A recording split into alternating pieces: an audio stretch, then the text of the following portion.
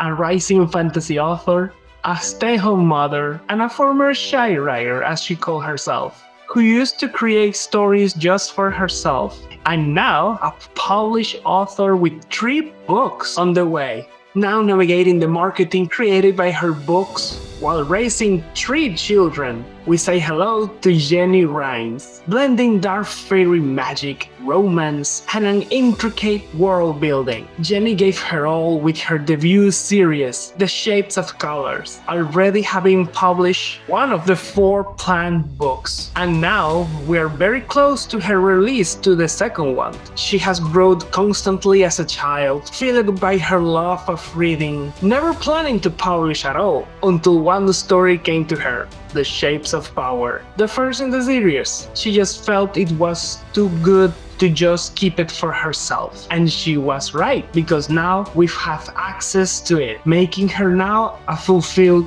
author. She wrote it like if her hands had life on her own, finishing 3 books in record time, and now she's finally ready to share those stories with the world. Welcome to Writing Inspiration with Marky Books. Hello, Jenny. How are you? Hello. Good. How are you? How do you feel today? Pretty good. Busy, but good. How about you? Oh, I'm fine. Also busy, but life going forward. Right? Exactly. Exactly. So, Jenny, tell me, how did it start? What made you want to become a writer?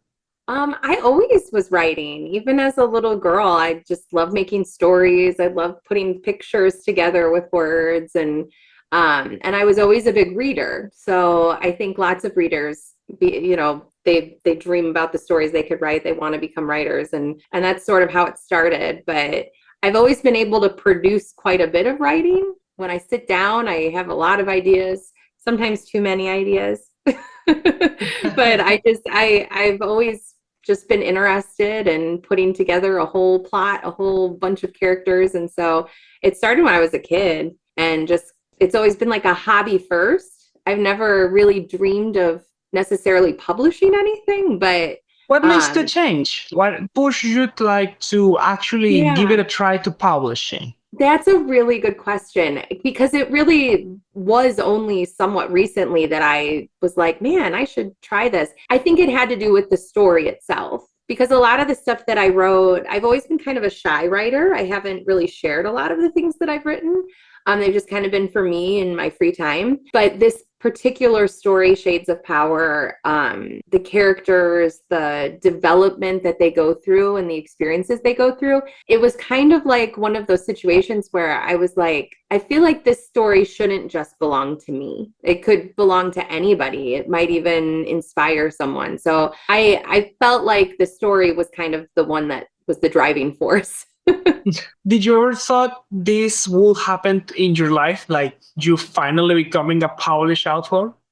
No, no, I think even until I held the book in my hands, it's kind of felt surreal. Especially because, like I said, I was so shy about it. Not because of what I wrote, but just in general, I always just felt like they were just for me. They weren't, a lot of the stuff I wrote wasn't very polished, but this particular thing, once I started sharing it with others and getting their perspective on things and listening to just the amazing feedback, but also the really cool insights that other people got. Things that I was like, oh, I didn't really even think about that myself, but I was the one that wrote it. It's incredibly inspiring and it all helps it make it feel more real. But no, even now, like, I mean, I have the second book, Shades of Fire, coming out in June, and I'm about to order those copies, those Yeah, author I copies for read the myself. description. I read the descriptions. Your magic system sounds very interesting. Yes, it's gonna be. I mean, these are wild adventures these characters go on, and I like can't wait to hold. It still doesn't feel real until you hold it into your hands. Yeah, I But get it. it's been quite. I'm very very thankful because it's been an amazing experience this far. So it was writing your main hobby, or you have other hobbies? Oh my goodness. I have a lot of hobbies. I'm glad my husband's not in here because he'd be like, I have something to say about that. I I am someone who just loves to throw themselves into things like 1000%. Like I don't dabble in this and dabble. I tend to just like attack projects. And so I paint, I obviously I read a lot. I Wait, the art of the book is actually yours? No, it is not. I don't paint that well. And I definitely don't do anything with digital art. Oh my goodness. I would love, see, I have to be careful because I would love to learn how to do that. And I would probably throw myself into that 1000% as well. I actually was researching tablets the other day. Like, I wonder if I should play around with some of this stuff. But no, I paint. I love to paint. I love to sew. I mean, I love my husband and I, we love going to taking our family to like boating, lakes, hikes, camping, all the just love to do it all. I have a question. Did you get inspired by the work of another author? Well, because I was such a big reader, I definitely would say yes. I think, anybody that sets to write something and wants to write well, it's easy to look at different works of publication that you love and go, man, I wish I could do it that well, and I would like to do this part that well, and things like that. So I really love Laurel K. Hamilton's writing style. I don't know if you've ever heard of her. She writes like Anita Blake vampire hunter novels. And I think I fell in love with her series. Writes really long series. Like I forget how many books she's up to right now. But I loved how her, like the fantastical elements that were in these books were really accessible and they felt like they could be real.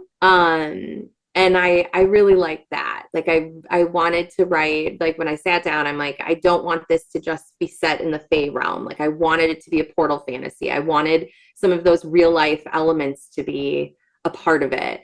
And so I really liked her take just on that. But also I really was inspired by like the romance in her books was also an element that I really, really enjoyed, but also thought, this would be something really, really great to like a level that it would be really, really great to aspire to someday. Just being able to weave together relationships like that.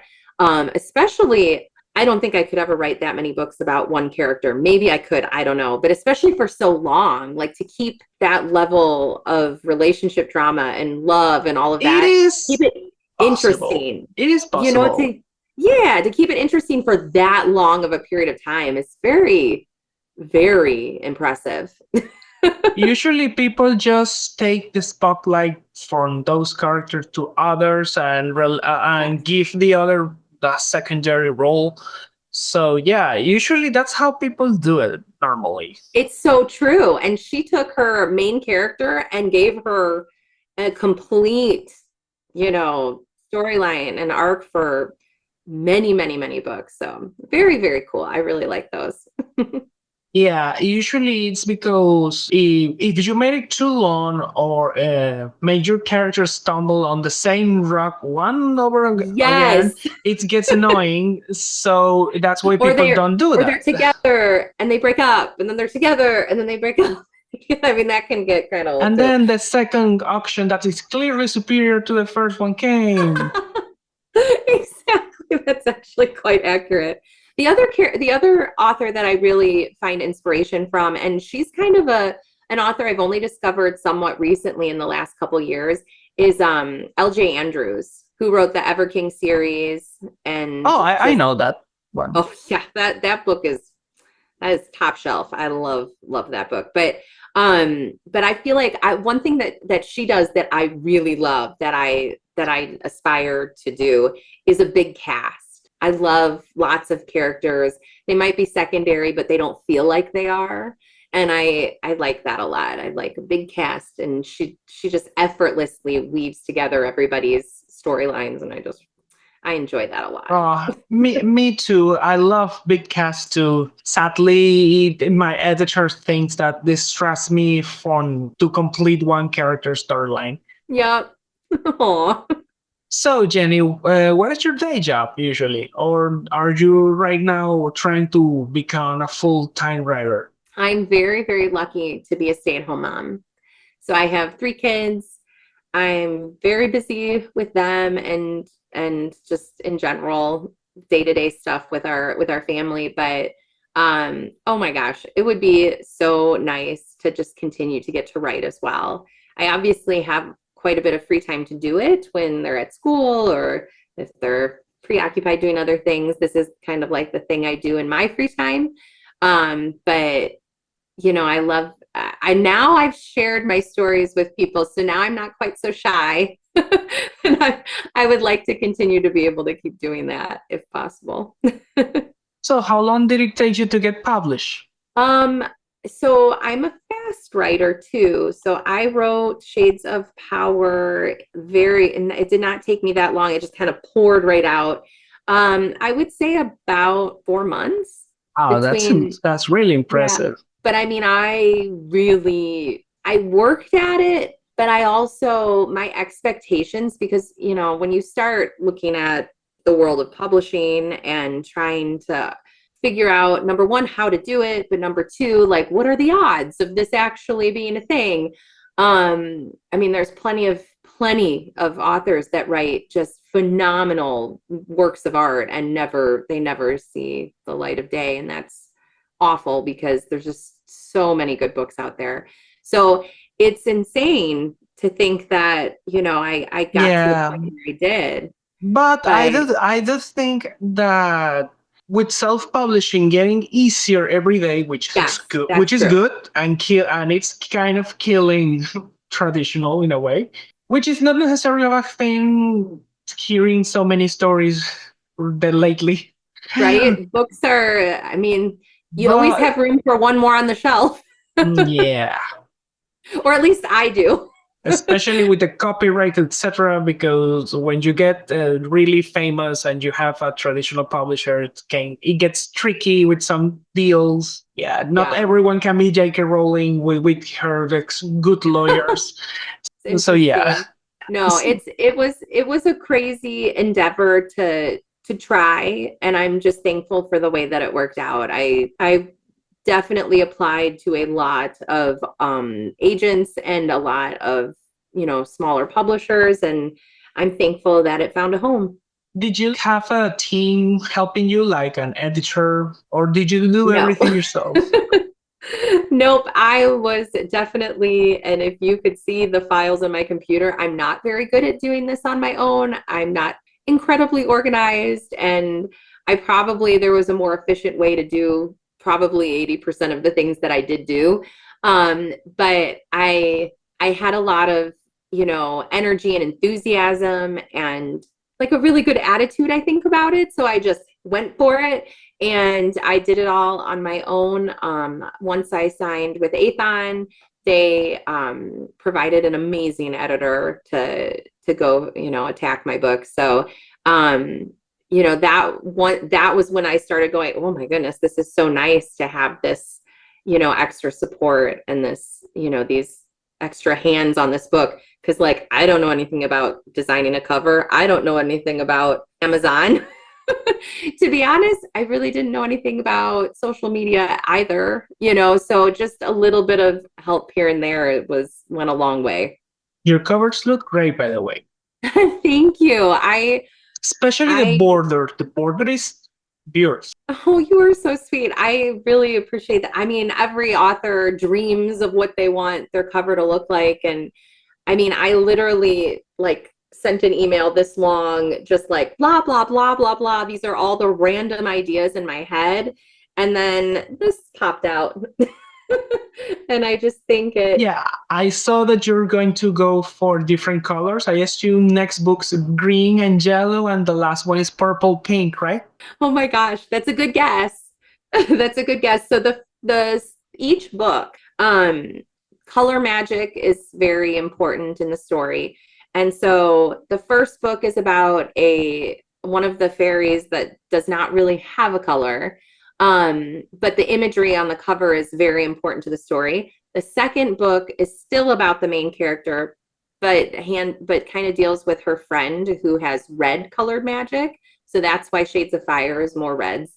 And then the third book, Shades of Beasts, is about the main character again, but also her friend who has purple magic. So that one's going to be purplish. And then the last one will be green. So you were almost right.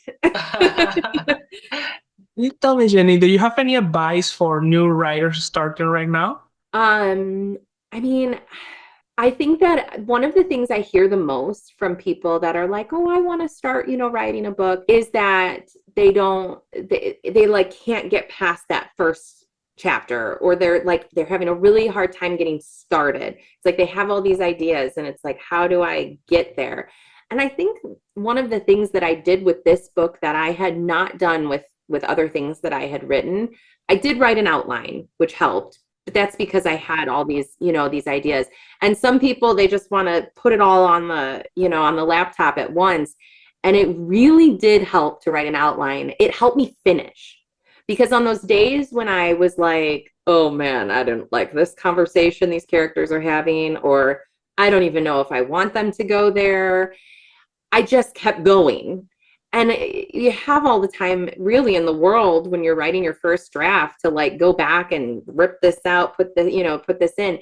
But it's hard when you start to have that kind of confidence, because it's like you don't want to forget anything. You don't want, you want it all to be not perfect, but you want it to be good, right? So that would be my advice. Don't be afraid of an outline. Don't even be afraid of a wholly outline. Even if you don't have all the pieces, but give yourself the best chance of actually finishing it. And I think you kind of have to have at least some of the pieces before you get started. And then some people can sit and they can just write from their, stream of consciousness. and that's amazing if you're able to do that. But that's one thing I've seen people struggle with the most. And I cannot say enough about how that really changed my ability to like really pump out, pages. And I guess the only other thing is I think that continuing to read when you're writing, read other people's books, listen to audiobooks. I mean, just maintaining that pulse of like, I love this. Like, I love books. I love this world. I love how this author did this. And I love how this author did this. I think that also, contributes to good writing, personally, because I think that like, if you're a lover of books, you're always going to want to write really good books. And I think it's so easy to get wrapped up in your own world and your own words, and you're staring at these pages and you're deep in it, right? But then it's kind of nice sometimes, almost like to take a break and go jump into someone else's world for a little bit and remind yourself like, this is just, it's going to be great, right? Like you're going to eventually get there. And hopefully someone will enjoy your books as much as you enjoy someone else's book someday. It's a good thing to remember. Oh yeah, I agree. It's good to have that in mind. So, what's the most difficult thing you had to struggle when you started writing your first book? I mean, I think when I was done with it, I struggled with feeling like oh, even when I had the book deal, I think I struggled with like, oh, no one's going to read this. Like a little bit of that imposter syndrome. Like even now I'm like I was just invited to a book club and they all read my book. And I mean, I sat there and for the first 5 minutes, I just looked around thinking, I can't believe these women are reading my book. Like, I just can't. And it's hard sometimes to get over that and just kind of be in the moment. So I think I struggled a little bit with that. Yeah. I also think I struggle sometimes with sticking to like sometimes the pacing of what I think the book should be and what I like it to be. I mean, I like a fast-paced book, and there's lots of people that also like love a fast-paced book. They're like, give it to me. I don't have time for 500 pages of, world building, like give it to me. But I also think I have a tendency to like want to get to like the next thing so fast. So I think that's something that I continue to work on and just kind of keep an eye on. We have the opposite problem because in my case, I actually like the breathing times between Mm-hmm. chaos. I think it's necessary to keep the pacing stable to give the characters some introspection time. Mm-hmm. Really believe that, but sometimes I do it so long that it gets boring. At least that was my editor said. No, I think that that's what I'm finding anyway, is I think that's personal preference. I mean, I really do. I don't really think there is a right or a wrong. If you're engaged in the story and if you can feel what the characters are feeling and you are right there with them as they're going through it all, that is, one type of reader. And then there's another type of reader that's like, I can't catch up. Like it's just everything's too fast. I don't feel like I know anybody and I'm not invested yet because there hasn't been enough of the breathing room that you're referencing. And I really think that's two different types of readers. And some people I think enjoy either. They just want, a good story. But I definitely think that I mean, there are a slice of life stories that are literary bestsellers. So then those yeah, stories, basically nothing happens. it's so true. But they attract a certain type of reader that, wants doesn't need that kind of stimulation. Now, I'm a mother of three and I don't have a ton of time to read anyway. And so some of these books that I'm seeing look phenomenal, but they're long. And I know that I might not be able to stay as engaged in some of those books. And when I have like 15 minutes to read, I want something to just like hit me over the head with it. But that's me, and my own personal experience. So not everybody's the same, and I'm super aware of that. But that's definitely something that I strive to just be more intentional about and be more aware of, because I know that I'm not writing just for myself anymore. Yeah. So Sometimes many tend to forget that. yeah, it's important to write a book you like, but it's also, I think, important to keep your mind open to the fact that it's not just you. Yeah. So, can you tell us a bit about your first book? um, Shades of Power is a dark fairy romantasy. It's a portal fantasy. So part of it takes place in New York City, and then part of it takes place in the hidden Fae realm. I loved the concept of like a magical place that exists in our world that we just don't know about. It's sort of like Harry Potter-esque in the sense that, there was this wizarding realm that nobody really knew about, but it was there. And to me, That that's doesn't really make sense in a way.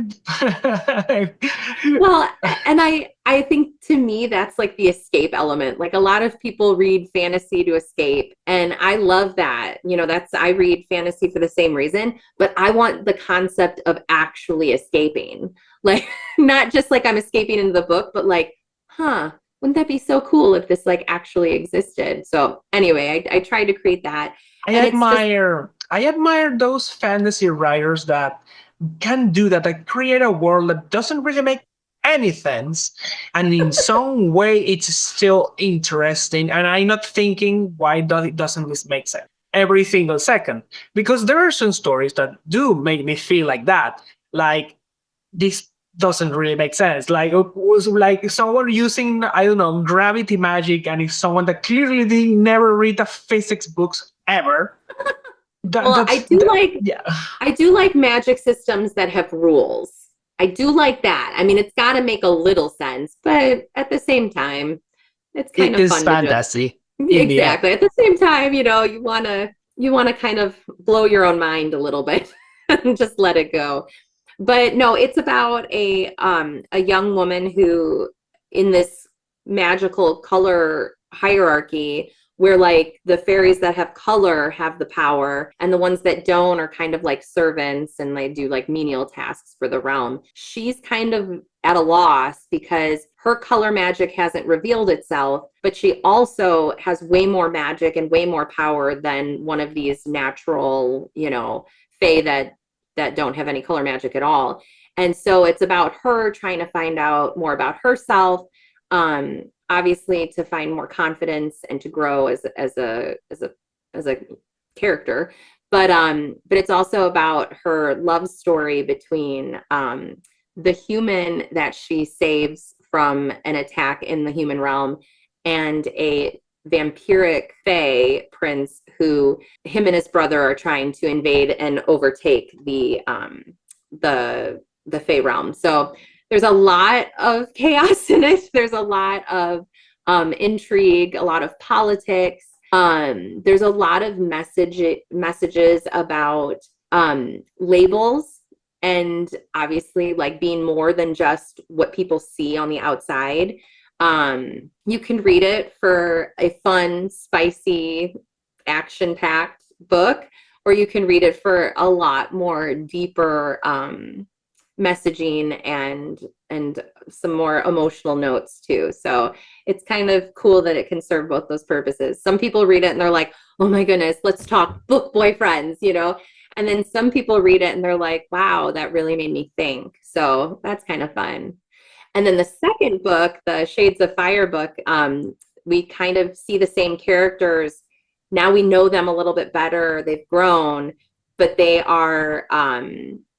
have a major conflict with the dragon court. And so they have to go on this quest for the dragons. And it's very, parts of it are very funny because the dragons all have very bad attitudes, and parts of it are very, very intense.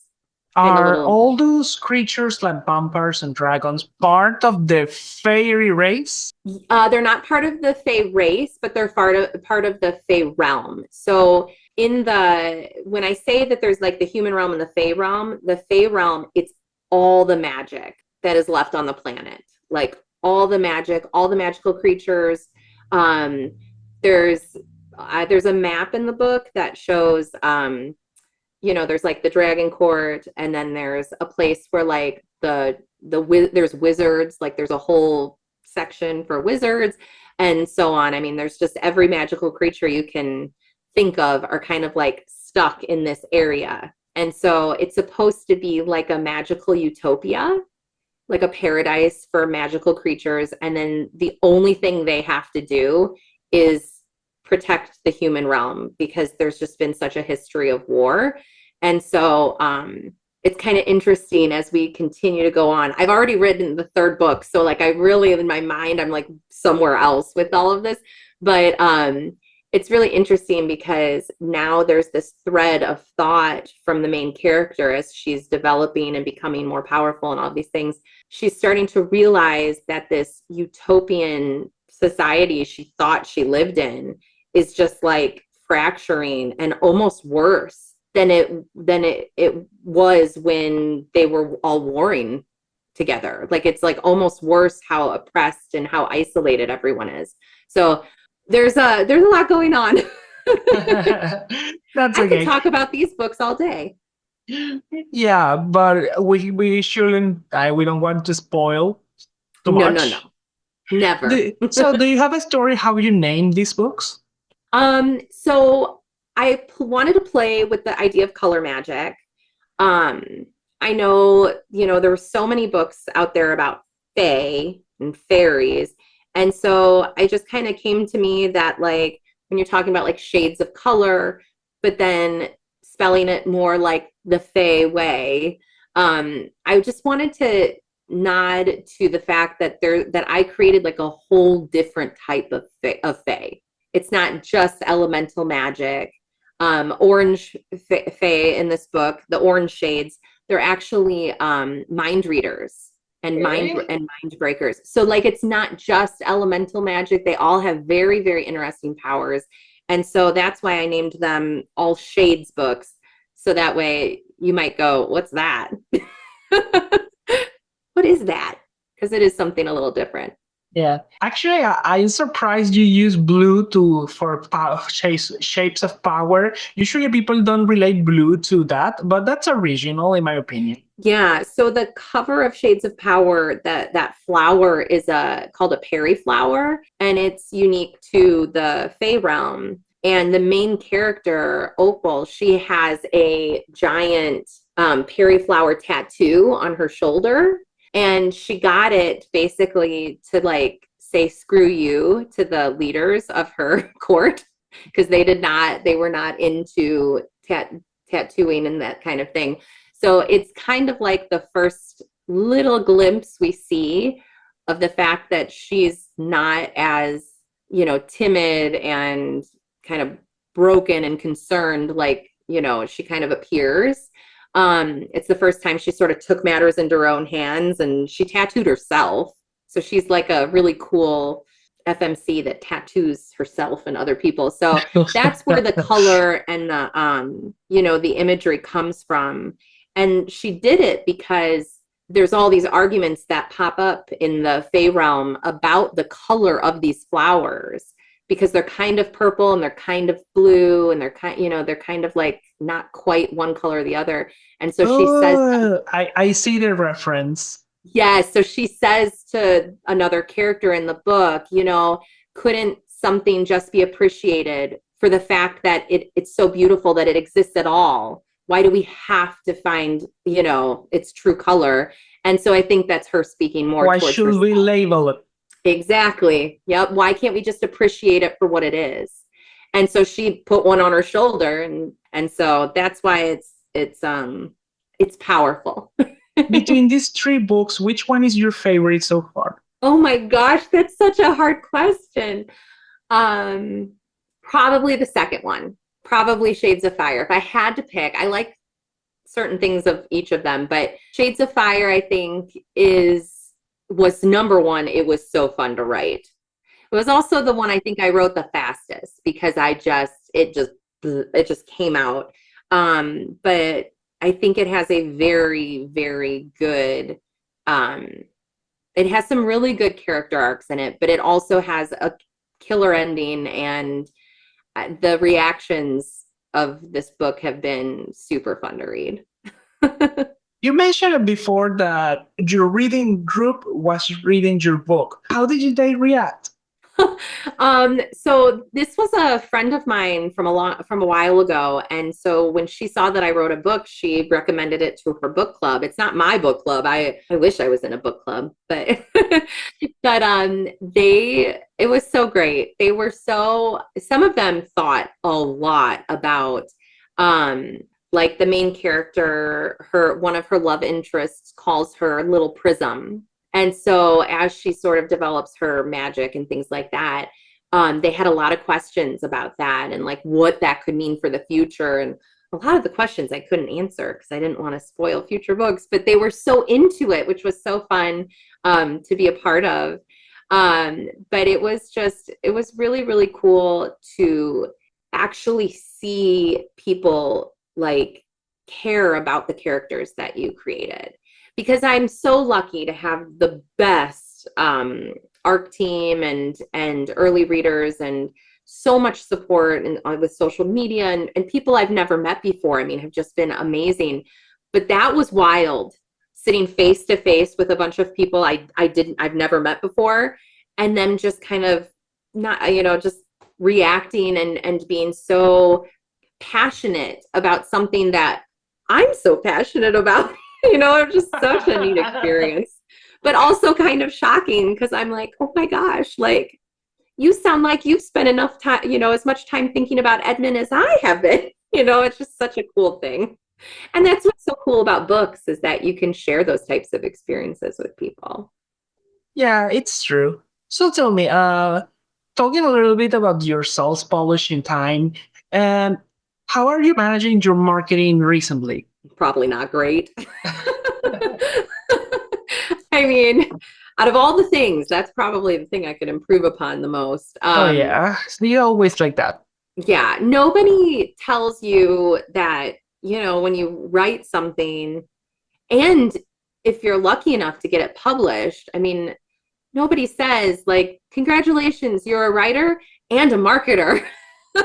I mean, like it just, it's incredible how much time it takes, and it's a totally like different part of the creativity that goes into creation, because when you're creating these characters, you have this whole world that you've built and the plot and everything. It's kind of like you're operating in a certain framework that you've created, but then when you go to like try to advertise it, it's like a totally different way of thinking about your own work. It's so weird. Like, you have to look at it totally differently and go, okay, like now I'm coming at this as somebody who really likes romance. Now I'm coming at this as somebody who has never read fantasy before. Like now I'm coming at, like just all these different ways of trying to Well, reach people. lucky for you, you read dark fantasy, which is still popular these days. Oh, it's incredibly popular, Just but yeah, and just like steamy romance mhm. and what else? Lately, horror is not so much in the radars. But yeah, basically dark fantasy and steamy romance. It's what I see the most there. Absolutely, but it's still almost impossible at times to find new readers. Like it's just, I mean, that's the thing. It's you can get it in front of the right group of people. It's very it can be very successful, but it's finding that group of people, and also maintaining a certain amount of interest, because there are so many new books out, and so many of them are very similar. I mean, especially the way they look, the tropes, everything. And so I think, that's also a challenge, is not just like, "Ooh, I really want your attention. Look at my book," but also like, still look at it. Look at it today. Like it's very, very time consuming, but also very rewarding, in the sense that, number one, I've met amazing, amazing supportive people, um, within the marketing framework and the social media framework. I've learned a lot. I mean, people, other authors, other bookstagrammers and things like that know way more than me, so willing to share what works for them, and assist in sharing your stuff, and helping you out. I mean, it's just a really good community, a really cool community, but it's also such a struggle, because I mean, it's just like a well that you constantly have to pull from, and Oh it's yes. dry sometimes. I mean, it's very dry sometimes. There are times when I'm like, what am I even doing right now? But Yeah. um I was but going it's to it's ask useful. you, how do you stay creatively inspired? I mean, I read a lot, which is Yeah. is helpful. But I try to do a good job with, when I am feeling more creative, like making the lists, sending myself notes, because that helps on those days when I'm not feeling very creative.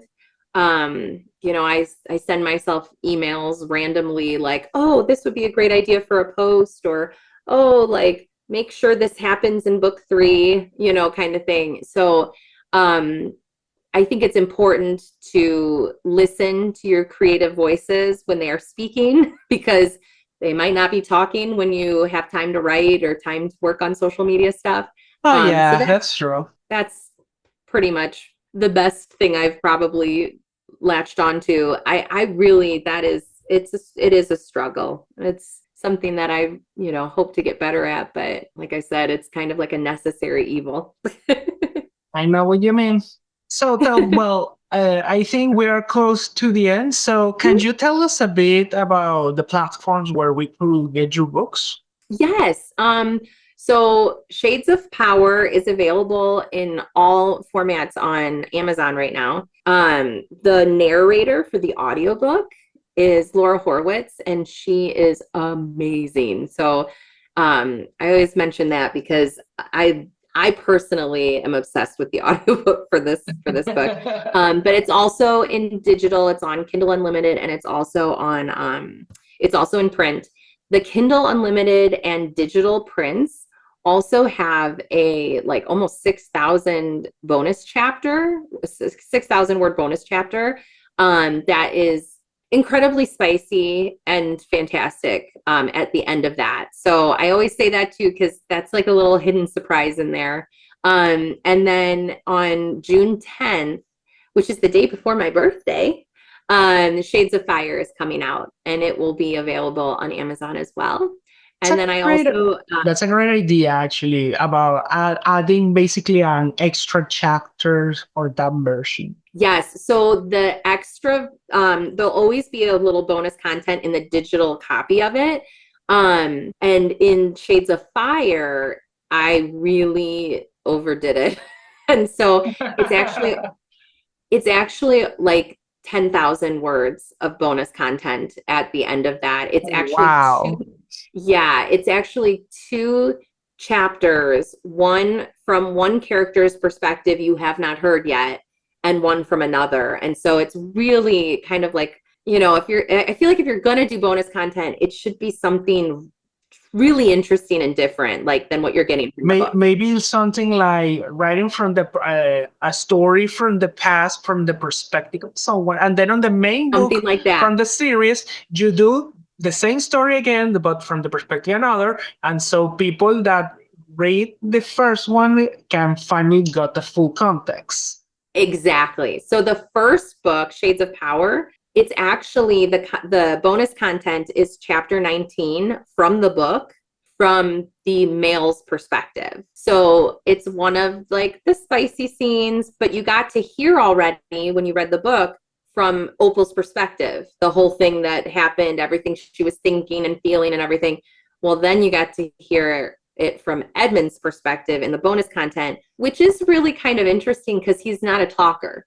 So you got to really kind of get more into his mind. And I think for people that got a chance to read it, going into the next books, it kind of does color your opinion of him just a little bit, darker, because you got a little bit more insight as to what goes on up there. But yeah, so Shades of Fire will be on Amazon as well.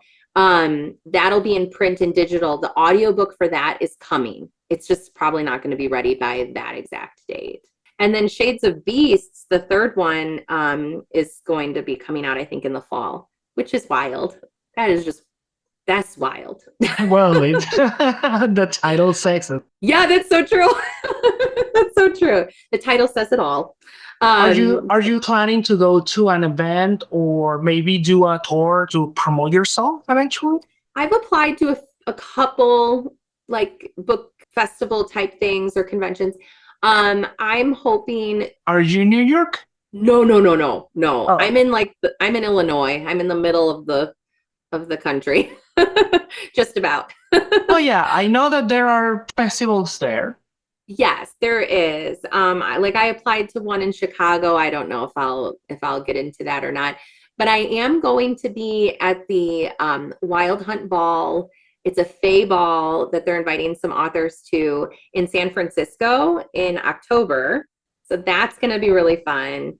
And then I'm also going to be at a Fae ball in Wisconsin in November, but not all the details of that have been released. So I'm really excited for those opportunities because I've always wanted to go to a Fae ball, but this just seems like an even better reason to go.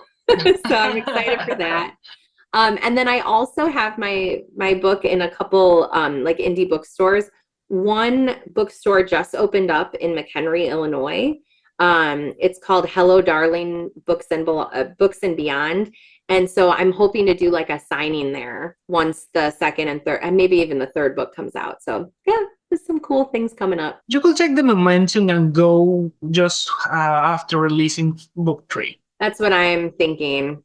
Book 3 isn't really written, right? You just are like fixing the stuff. Yeah, that one's already written. I'm going through my final round of personal edits, and then I'll submit it to the editor, which is always exciting and nerve-wracking at the same time. It's like goodbye.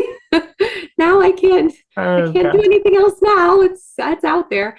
But would you like to share your social media for people that might be interested in following you? Sure. My handle on Instagram is author.jennygrimes. And I do have a TikTok, but It's pretty sad. It's author Jenny Grimes. I like him not. Like I said, I'm still trying to figure everything out. I would love more love on TikTok because I'm trying to figure out how to love TikTok. Yeah, I get the feeling. Well, I just can't. I mean, some people are so good at both, so good at both. And I find that I'm like, I only seeming to be able to be good at, well, not even good, but decent at one. So it's hard to keep up with all of it, but it's so rewarding when you meet all the awesome people that are out there. So Yeah. Well, Jenny, I think that's all for now. Thank you so much for this conversation thank and for you. coming up to our show today. Absolutely. Thank you so much for coming to another episode of Writing Inspiration with Marky Books, and I see you next week. Bye, Jenny. Bye, everyone. Jenny was great, and I think we could learn some things from her. I surely did. And honestly, it's better to have one than none, especially in a situation when you're dry of ideas, which can happen anytime. So it's always nice to have a support system. And how can we forget her other statement? Even if we should write something we like, we need to have an open mind and accept that reality and the ideas of others. And lastly, we need to celebrate our small wins because the life of a writer is actually hard in most situations, especially for full-time writers. So believe me that it's actually very, very good advice to accept certain realities and enjoy your little wins on our long journey. It will do great work with our mental health and self-esteem. Well, thanks for coming and joining us today. If you find this episode inspiring, like and subscribe and share this video and give Marky Books a try in the link below. Have a nice day and see you next week. Bye.